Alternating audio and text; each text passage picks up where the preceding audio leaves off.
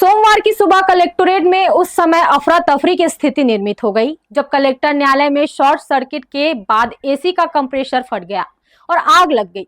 इससे पूरे collectorate building में धुआं भर गया और घबराए कर्मचारी बाहर निकल आए। हालांकि सूचना मिलते ही फायर ब्रिगेड की टीम मौके पर पहुंच गई और फिर कुछ ही मिनटों में आग को बुझा लिया गया। दिन सोमवार और समय सुबह 10:05। कलेक्टोरेट में आम दिनों की तरह सरकारी कर्मचारियों के आने का सिलसिला जारी था। कर्मचारी अभी अपने अपने ऑफिस में आकर बैठे ही थे कि तभी अचानक से पूरे कलेक्टोरेट परिसर में धुआं भर गया और अफरा तफरी सी मच गई।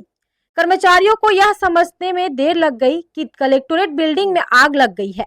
फिर क्या था, कर्मचारियों में खलबली सी मच गई और खुद को बचाने के लिए वे अपने अपने ऑफिस से निकलकर बाहर निकल आए।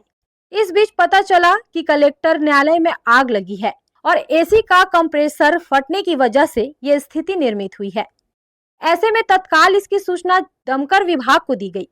चूंकि घटना कलेक्टर न्यायालय का था, ऐसे में फायर ब्रिगेड की टीम भी समय न गवाते हुए मौके पर पहुंच गई और आग बुझाने का काम शुरू कर दिया।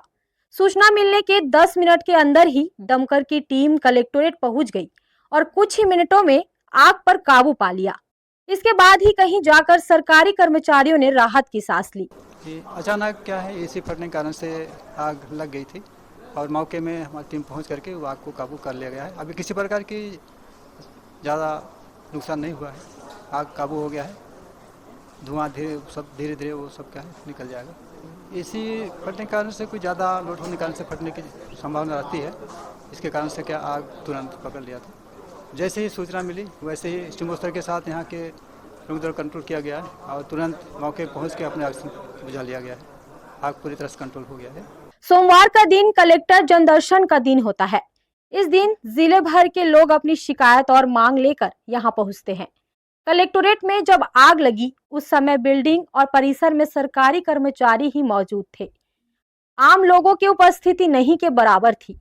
अगर यही घटना दोपहर के समय होती तो निसंदेह भगदड़ की स्थिति निर्मित हो सकती थी। हर्ष न्यूज के लिए प्रमोद यादव की रिपोर्ट।